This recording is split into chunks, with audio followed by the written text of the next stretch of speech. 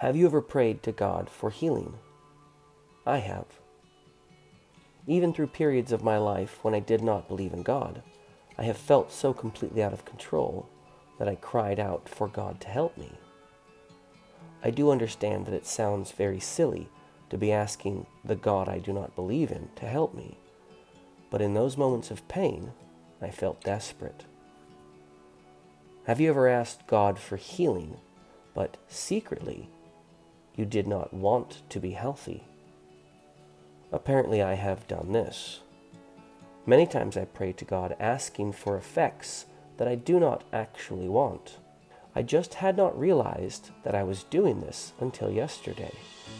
This last Sunday at my church, a pastor named Matt gave a sermon about being healed. The sermon was focused on the 5th chapter of the book of John, the story of Jesus healing a crippled man near the pool of Bethesda. Pastor Matt read through the story, and then he gave extra attention to the question which Jesus asks of the lame man. Jesus said to him, "Do you wish to get well?" Pastor Matt redirected the question out to the congregation of our church. So Jesus asked, do you want to be healed? Do you want to be healed? That is a question that he posed to this lame man, and that is a question that he's posing to you and I today. And it's because Jesus knows our problem. He knows that we all need healing, but he knows that we don't all want to change. In my mind, I responded without taking time to consult my heart. Of course I want to be healed, my mind shouted. My heart purposefully rephrased the question. Do I want to be healthy? That thought echoed for a while. My mind began asking rhetorical questions. Why wouldn't I wish to be well? Why would I want to be unwell? My heart spoke truth into my mind, a new question that I had not considered. Why would you want to be healthy? I attended junior college when I was 15, and I graduated from university when I was 21. Over the course of my college education, I noticed a peculiar social economy which I had not seen during my childhood. In college, I discovered that my childhood traumas could become a form of commodity among teachers and students. Within the classroom, many of my opinions were considered to be more valid on the basis that I had experienced suffering as a child. And in the dormitory, I found the freedom to share my painful stories among an audience of peers who constantly affirmed that I was indeed a victim. All at once, my painful experiences became valuable and even worthwhile. Growing up, I had learned through experience that suffering was a necessary part of life. Now that I was in college, I was being taught a simple mantra. Whoever suffers the most in life deserves the most out of life. Any prior suffering should always afford future benefits. Although this equation was entirely new to me, I accepted the idea whole cloth, because it sounded better than the alternative, and it also meant that I was owed something by someone.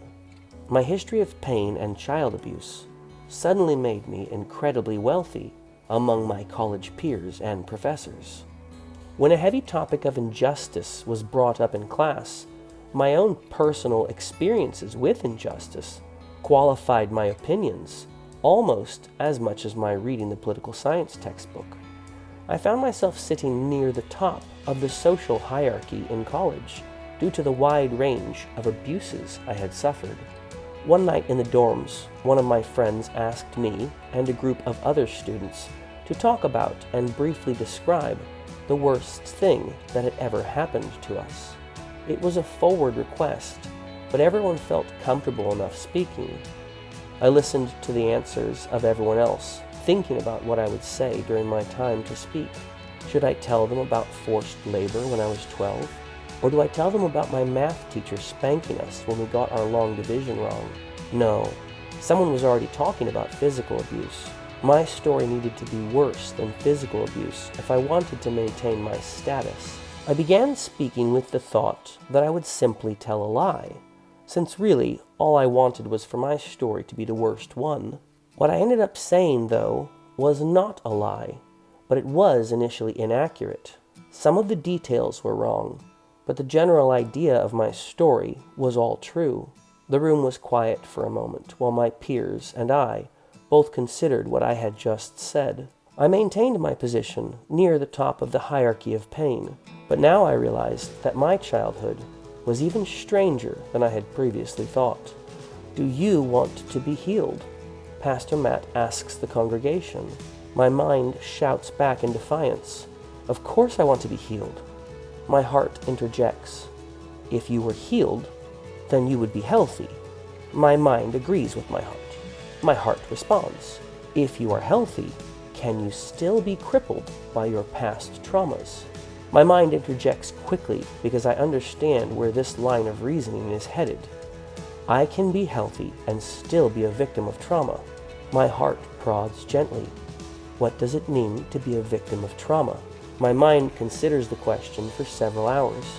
It means that I'm holding on to the negative parts of my past. It means that I'm identifying myself with all those bad things that had been done to me. It means that my traumas are too important for me to let go of them. My heart poses a familiar question. Do you want to be healed?